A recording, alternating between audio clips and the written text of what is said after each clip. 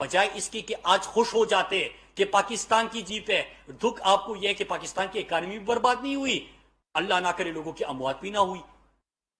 شرم آنی چاہیے اس قسم کی اسٹریٹجی کے اوپر اور سوچ کے اوپر. پھر ایک اور چیز انہوں نے بات کی, الزامات کی بوچھاڑ کی پرائم منسٹر کے حوالے سے, عمران خان کے حوالے سے. اب ایک شخص جو پاکستان کے لیے ہمیشہ فخر کا سبب بنا, پاکستان کے اعلیٰ عدلیہ نے اس کو صادق اور امین ڈکلیئر کر دیا, اور یہ تمام جو چور ڈاکو اور لٹیرے ان کو کہتے ہیں, ایسی نہیں کہتے. ان کے اوپر جے ٹیز کی رپورٹس بنی ہوئی ہے, ان کوئی سپریم کورٹ سے کنوکٹڈ ہے, کسی کے ابھی کیسز چل رہے ہیں. وہ لوگ آ کے عمران خان کے اوپر گفتگو کرتے ہیں. اپنا قد بڑھانے کی کوشش ضرور ہو سکتی ہے, لیکن اس سے ان کو کچھ حاصل نہیں ہوگا. الحمدللہ میں نے ذکر کیا 98% جو ہے وہ کیسز میں کمی آئی, لیکن اس کے ساتھ ساتھ ادارے بھی بہتر ہونے لگے, کرونا کی اسٹریٹجی بھی کامیاب ہو گئی. میں اس کے اوپر آتا ہوں کہ یہ خوف اور یہ جو آج میڈیا کو بھی انہوں نے تانے دیے, آج جو غصہ تھا اس کی وجہ کیا بنی. آپ کو یاد ہوگا کہ چند دنوں سے جے آئی ٹی رپورٹس کے اوپر بات ہو رہی ہے, اور جے آئی ٹیز رپورٹس کیا ہے, آپ اس سے پہلے فیک اکاؤنٹس کی جے آئی ٹیز اٹھا لیجئے. اس میں کیا تھا کہ مراد علی شاہ جو سندھ کا وزیر اعلیٰ ہے وہ فرنٹ مین ہے یا سہولت کار ہے زرداری کی کرپشن کا. زرداری میں فرزند زرداری کی مطلب ابو کی بات کر رہا ہوں کہ ان کے لیے سہولت کاری کا کام کر رہا ہے. ان کے شوگر ملوں کو سبسڈی دی جا رہی ہے. سندھ کی ترقی کا پیسہ جو سارا ہے وہ ان کے فیک اکاؤنٹس میں جا رہا ہے, اور وہ کیا ہو رہا ہے کہ فالودے والا, سموسے والا, پکوڑے والا, ان کے اکاؤنٹ سے اربوں روپے برآمد ہو رہی ہے. یہ سندھ کی ترقی کا پیسہ ہے. لیکن اس کے بعد ایک اور جے آئی ٹی آئی. اب جے آئی ٹی کے اوپر بحث ہو رہی تھی کہ یہ جے آئی ٹی ہے کہ وہ جے آئی ٹی ہے, لیکن جو اس کے کنٹینٹ تھا اس کے اوپر کسی نے انکار نہیں کیا. 164 کا بیان بھی تھا, میں نے پارلیمنٹ میں بھی اس کے اوپر بات کرنا چاہیے. آپ نے دیکھا کہ کوئی شام کو بیٹھ کے اس طرح فرزندی زرداری اب غصہ ہو رہا تھا, اس کے الفاظ جو تھے وہ گرم گلوچ سے کام لے رہا تھا. بوکلا گئے ہیں. ان کی پارٹی شام کو رات کو ٹی وی پہ بیٹھ کے وہ سوشل میڈیا کے بیٹھ کے جو ٹرینڈز چلاتی ہے, گالیاں دیتی ہے, وہ بوکلا گئے ہیں, اور پارلیمنٹ کے اندر کبھی مائک مار رہے ہیں اور پتہ نہیں بائیکاٹ کر رہے ہیں اور واک آؤٹ کر رہے ہیں. وہ وہاں پہ تو پڑھنے نہیں دیا. میں آج یہاں پہ قوم کے سامنے اس کے 3-4 پوائنٹس پڑھتا ہوں کہ قوم کو پتہ چلے کہ کیا وجہ ہے آج کی پریس کانفرنس کا, اس بوکلاہٹ کی, اس غصے کی وجہ کیا ہے. اس میں عزیر بلوچ ان کے حوالے سے کہتا ہے کہ, اور آج پرائم منسٹر صاحب کی بہن کے حوالے سے بھی بات کیا, اللہ کا لاکھ لاکھ شکر ہے. آپ لوگوں کے ہاں کیا ہوتا ہے کہ سارا پورا ٹبر جو ہے وہ کرپشن سے پہچانا جاتا ہے, کمیشن, بطخوری, قتل و غارت گری. میں بھی آپ کے سامنے رپورٹ رکھوں گا, یہ تمام آپ کی پہچان بن چکی ہے. 3-4 چیزیں میں اب اٹھانا چاہتا ہوں کہ عزیر بلوچ نے جو بیان دیا تھا, میں اس کے چیدہ نکات آج قوم کے سامنے رکھنا چاہتا ہوں, کیونکہ پارلیمنٹ میں تو انہوں نے بات کرنی نہیں تھی اس کے اوپر. 2008 سے 13 تک عزیر بلوچ کہتا ہے کہ میں نے مختلف ذرائع سے اسلحہ خریدا. لالا توکل, سلیم, نصیب, جبار, کوئٹہ اور پشتین سے اسلحہ لے کے آتے تھے, جس سے قتل, اغوا برائے تاوان, پولیس مقابلے, پولیس تھانوں پر حملے, سیاسی جلسوں اور ہڑتالوں کی کامیابی کے لیے طاقت کا استعمال کیا جاتا تھا. آپ کے سیاسی جلسوں کی بات ہو رہی ہے. لیاری کے علاقے میں اپنی مرضی کی پولیس افسران و ملازمین تعینات کرائے, جوئے کے اڈوں کی سرپرستی کی, بتہ اصولی کے لیے مسلح گروپ بنائے جو کہ بتہ اصول کرتے تھے. بتہ اصول کر کے آپ کے خاندان کو, آپ کے پورے ٹبر کو اس میں حصہ ملتا تھا. یہ پوری رپورٹ کے اندر ہے, اور میں رپورٹ میڈیا کے سامنے بھی رکھ لیتا ہوں کہ میں اس کی بات کر رہا ہوں. پھر اس کے بعد ایک اور پوائنٹ میں اس میں رکھنا چاہتا ہوں کہ میں نے اویس مظفر ٹپی کو آصف زرداری کے لیے 14 شوگر ملوں پر قبضے میں مدد دی, جو کہ کم پیسے دے کر خریدی گئی. مطلب یہ کہ آپ زرداری کے شوگر ملوں کی بات ہو رہی ہے کہ وہ بھی انہوں نے عزیر بلوچ سے قبضے کروائے, اور انہوں نے مظفر ٹپی اور ان لوگوں کو استعمال کیا. آگے جا کے کہتے کہ میں نے اپنے گروہ کے 15-20 لڑکے آصف زرداری کے کہنے پر بلاول ہاؤس بھیجے, جنہوں نے بلاول ہاؤس کے گرد و نواح میں لوگوں کو ہراساں کیا اور 30-40 کے قریب بنگلے اور فلیٹ زبردستی خالی کروائے, جن کو خریدنے کے لیے آصف زرداری نے مالکان کو بہت قیمت ادا کی اور ان کو ہراساں کیا. آپ کے گھر کی بات ہو رہی ہے کہ آپ کی گھر کی بنیادیں بھی جو ہے اس میں لوگوں کا خون شامل ہے. 30-40 جو اس کے ارد گرد گرتے لوگوں کو ہراساں کر کے ان کو باہر نکالا گیا. خوف اس کا ہے, اس لیے آج غصہ تھا. ان سوالوں کے جواب دینے ہوں گے. پھر اس کے بعد آگے جا کے کہتے ہیں کہ انہوں نے جب حالات خراب ہوئے اور کراچی کے اندر الحمدللہ پاکستان کے ادارے, پاکستان کے رینجرز, انہوں نے جس طرح کامیاب آپریشن کیا, سندھ کو واپس امن کی طرف لے کے آئے. روشنیوں کا شہر جو انہوں نے برباد کر دیا تھا اس کو جب امن دیا, تو جب آپریشن ہو رہا تھا تو ان دنوں میں فریال تارپور جو کہ ان کی پپو ہے, زرداری صاحب کی بہن کی گفتگو کر رہا ہوں, وہ عزیر بلوچ کو بلا لیتے ہیں اور ان کو کہتے ہیں کہ آپ اسلحہ فلاں بندے کو دے دو, تنظیمی ذمہ داریاں فلاں بندے کو دے دو اور آپ یہاں سے چلے جاؤ تاکہ اس کو محفوظ رکھا جا سکے, اس کو تحفظ دیا جا سکے. تو یہ آپ اس قسم کی چیزیں کہ کراچی کے اندر قتل ہوتے رہے, کوئی اس انکار کر سکتا ہے؟ آپ کے حکم کے مطابق ہوتے رہے, بدتخوری ہوتی رہی, آپ لوگوں کو بتے میں کمیشن ملتا رہا, وہاں پہ لوگوں کے سروں سے فٹ بال کھیلا گیا. اس رپورٹ کے اندر کہہ رہے ہیں کہ ہم نے پولیس موبائل کا استعمال کیا, جن کا کام ہے امن و امان برقرار رکھنا. پولیس موبائل استعمال کیا, لوگوں کو اغوا کیے, ان کے سر تن سے جدا کیے, اس کے اوپر فٹ بال کھیلا, لاشوں کو آگ لگا دی, اس کی ویڈیو بنا دی تاکہ لوگوں میں خوف بٹا سکے. یہ مناظر کیا کراچی کے لوگوں نے نہیں دیکھے؟ آج لوگوں کو پتا چل رہا ہے کہ آپ کے حکم پہ ہو رہا تھا. آپ تھانے بیچتے تھے, آپ وہاں پہ ایک S H O, S S P ان کی مرضی کا لگاتے تھے, کرمنلز بٹائے تھے آپ نے, تاکہ اسی طرح پولیس موبائلوں میں لوگوں کا اغوا کیا جائے اور ان کے سروں سے فٹ بال کھیلا جائے. کیا کراچی کے لوگوں نے یہ مناظر نہیں دیکھے؟ تو آج یہ تمام جو چیخ و پکار تھی, یہ جو پرچی لہرا کے آ جاتے ہیں پرچی والا, اس تمام چیز کی ایک وجہ تھی کہ انہوں نے اس کا جواب نہیں دیا. جے آئی ٹی کبھی کہتے کہ 4 سائن 6 سائن, یہ ڈیبیٹ چھوڑے. 164 کا بیان بھی موجود ہے. کراچی کے ہر شہری کو پتا ہے کہ قتل ہوتے رہے, بدتخوری ہوتی رہی, کمیشن ہوتا رہا, لوگوں کی لاشیں گرتی رہی, پولیس کو آپ نے غلط طریقے سے استعمال کیا, وہاں پہ لوگوں کو ہراساں کر کے ان کے شوگر ملوں سے نکالا, آپ نے گھروں سے لوگوں کو نکالا. یہ کراچی کا ہر بندہ جانتا ہے, یہ سندھ کا ہر بندہ جانتا ہے. تو اس کو منطقی انجام تک ضرور لے کے جانا ہے. آپ اس طرح چپ نہیں سکتے کہ آپ نے کرونا میں بھی لیکچر دیا تھا, جو این سی او سی کی رپورٹ کہہ رہی ہے کہ سب سے زیادہ اگر کرونا پہ قابو پاکستان نے تو پا لیا ہے. پورے ایشیا کے اندر پاکستان کی تعریفوں کی بات تو ہو رہی ہے, دنیا سمارٹ لاک ڈاؤن کی طرف تو جا رہی ہے, لیکن کراچی جو ہے, سندھ جو ہے, وہ قابو کرنے میں ناکام ہے. کیوں ناکام ہے؟ اس لیے ناکام ہے کہ آپ جیسے وہاں پہ سارے صرف بھاشن دیتے رہتے ہیں اور وہاں پہ کام کی طرف کوئی توجہ نہیں. اس جے آئی ٹی کی رپورٹ کا بھی آپ کو جواب دینا ہوگا, جو 164 کا بیان ہے. یہ تمام جرائم ہے.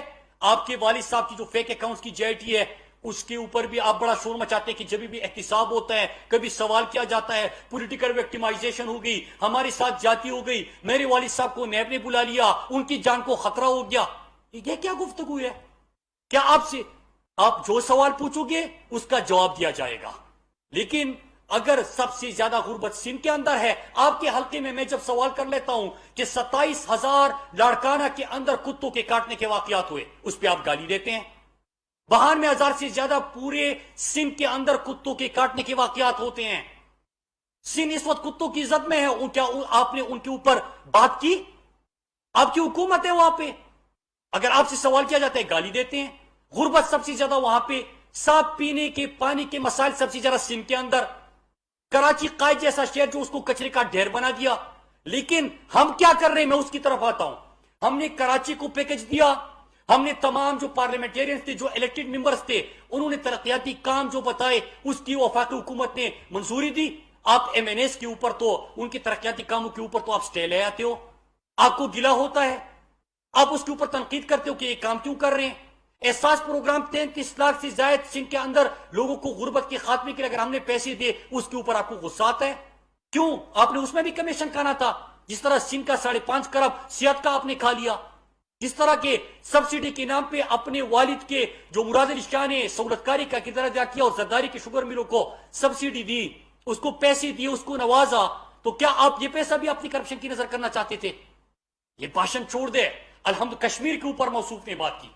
کشمیر کمیٹی وہ تھی جو ہمیشہ سے انہوں نے بارگیننگ کے لیے استعمال کیا کہ مولانا کو خوش کرنا ہے۔ کبھی لبرلی کرپٹ کیا ہوتا ہے کہ امریکہ جا کے وہاں پہ کہتے ہیں کہ ہم بڑے لبرل ہیں، لیکن ساتھ میں یہ کہہ دیتے کہ پاکستانیوں کو مارو، ان کے اوپر ڈرون حملے کرو، ہم برداشت کر لیں گے، اور یہاں پہ آ کے مولانا کے کنٹینر پہ چڑھ جاتے ہیں۔ کشمیر کمیٹی تو آپ نے اس مقصد کے لیے استعمال کی تھی۔ اللہ کا لاکھ لاکھ شکر ہے کہ آج کشمیر کا جو ہے وہ پوری دنیا کے اندر اس کے اوپر بحث ہو رہی ہے۔ اللہ کا لاکھ لاکھ شکر ہے کہ 54 سال میں آپ لوگوں کی حکومتیں گزری، national U N security council میں کشمیر کے اوپر بحث نہیں ہوئی۔ اب 1 سال کے اندر 2 دفعہ کشمیر کے اوپر بحث ہوئی۔ انڈیا کشمیر کو اپنا درونی مسئلہ کہتا تھا، آج کشمیر انٹرنیشنلائز ہو گیا۔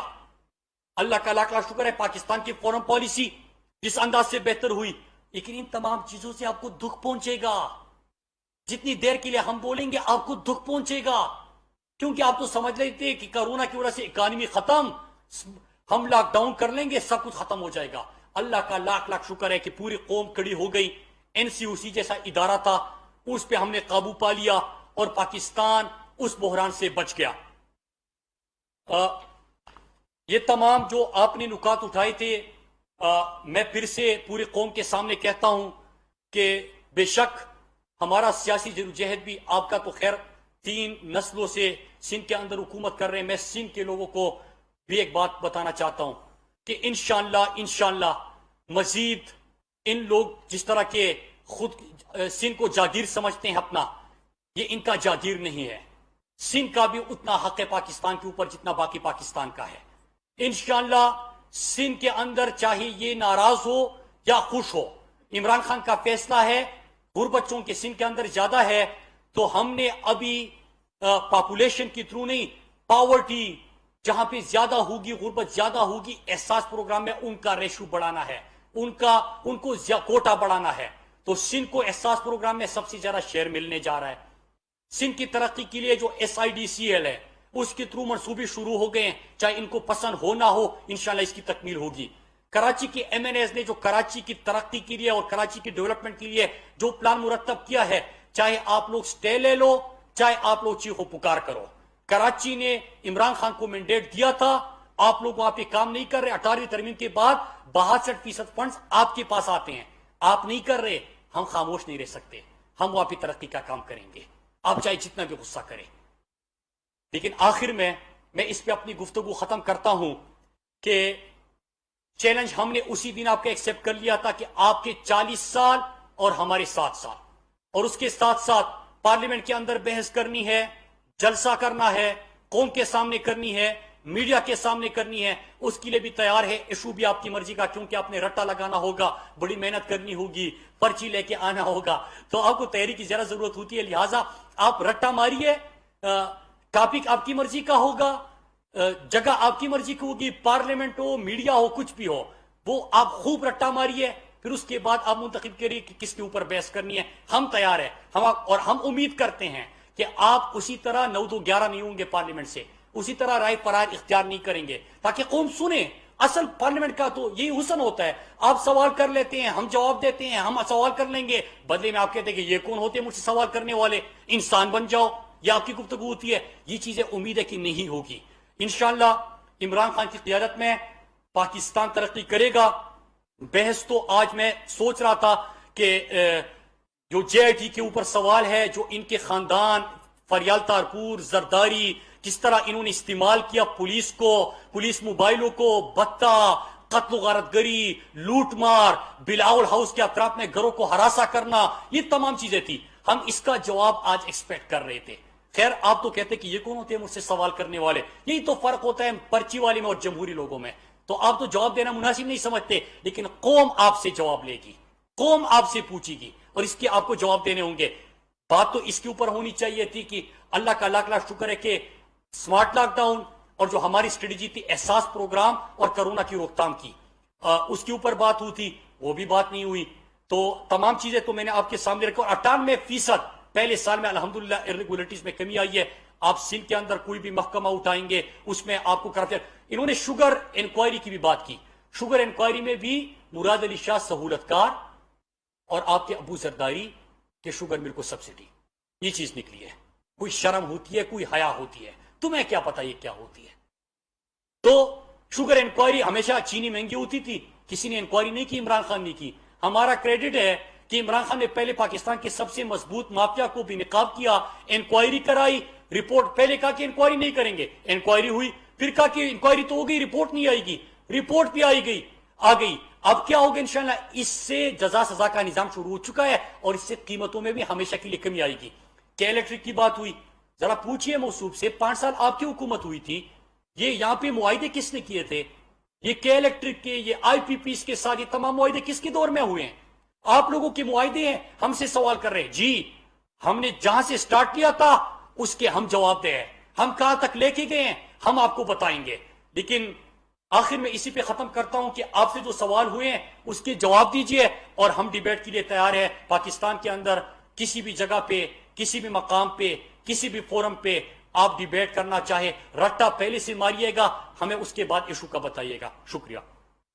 وفاقی وزیر مراد سعید میڈیا سے گفتگو کر رہے تھے. انہوں نے کہا کہ قوم کو پتہ چلنا چاہیے کہ 3 نسلوں سے پاکستان پیپلز پارٹی نے سندھ پر حکومت کر کے سندھ کا کیا حال کر دیا ہے. آج پریس کانفرنس میں فرزند زرداری کے منہ سے کرپشن کا ذکر سن کر حیرت ہوئی. جو پارٹی اپنا تمام خرچ فیک اکاؤنٹس کے ذریعے اٹھاتی ہے وہ کرپشن کی بات کیسے کر سکتی ہے. مزید کہا کہ عمران خان جیسے صادق اور امین لیڈر پورے پاکستان میں نہیں مل سکتے اور ان کی اسمارٹ لاک ڈاؤن کی پالیسی کی آج دنیا معترف ہے.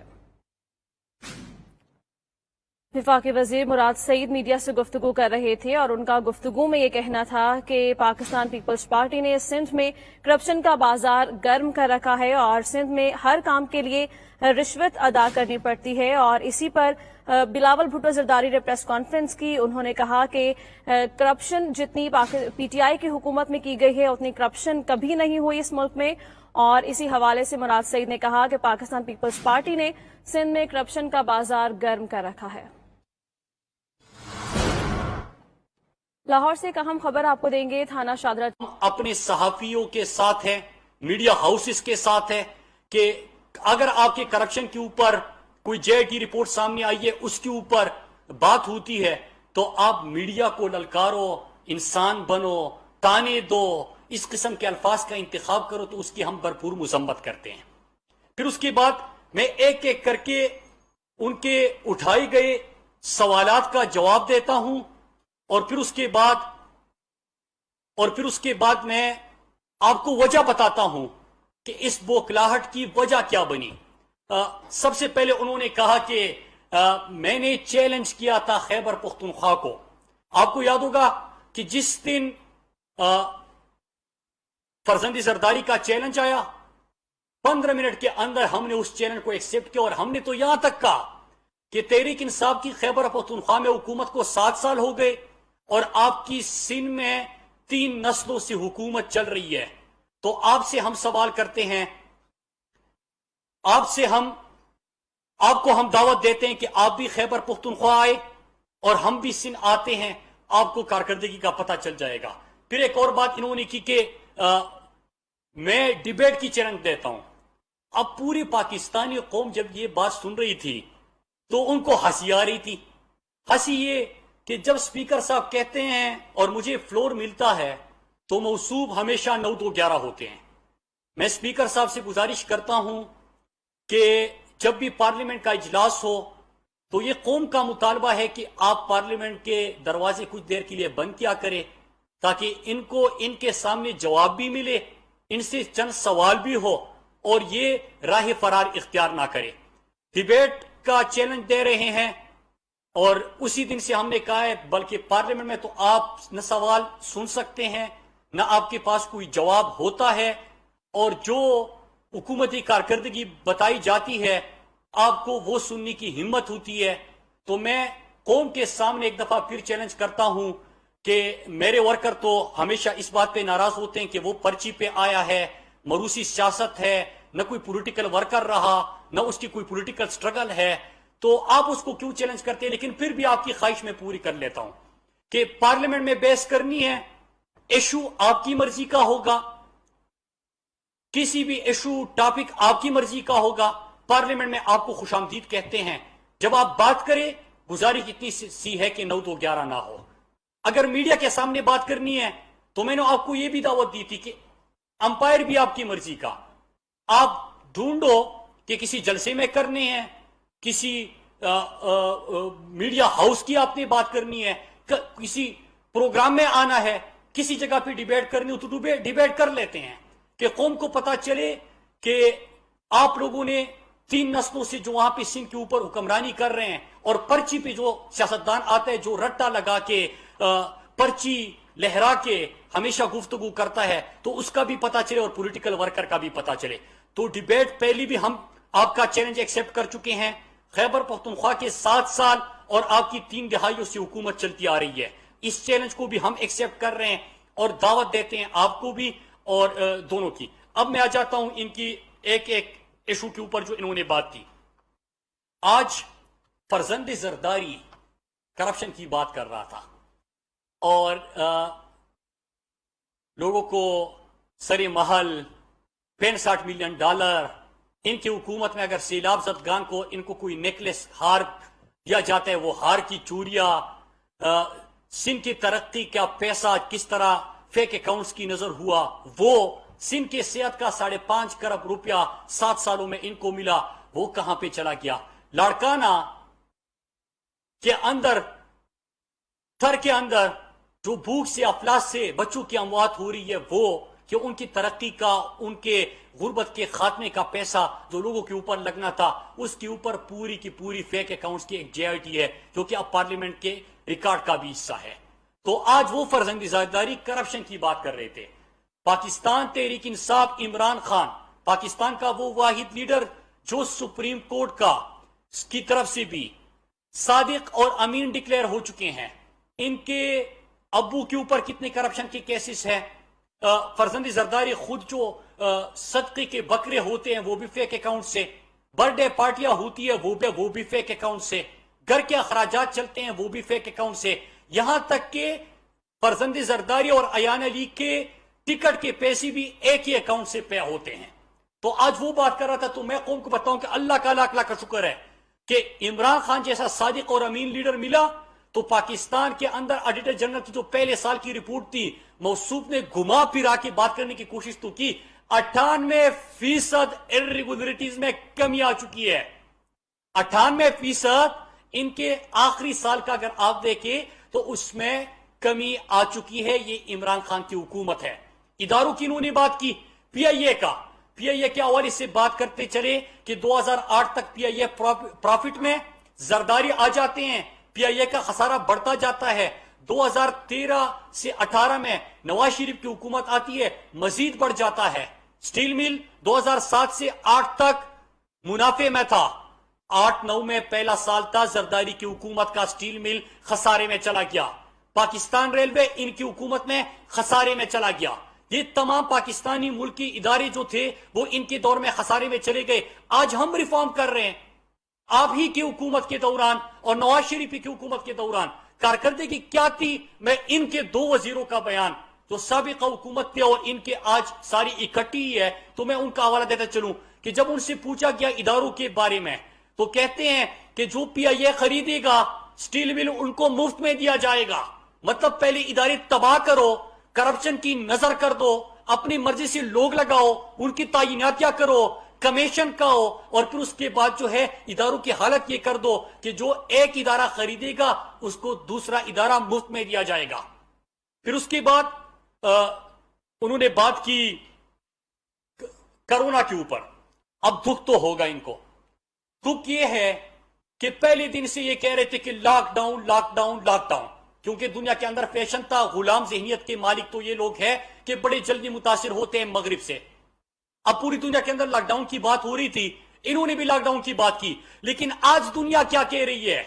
ابھی جو رپورٹس آئی ہے دونوں، کل آپ نے آکسفام کی رپورٹ دیکھی کہ عمران خان نے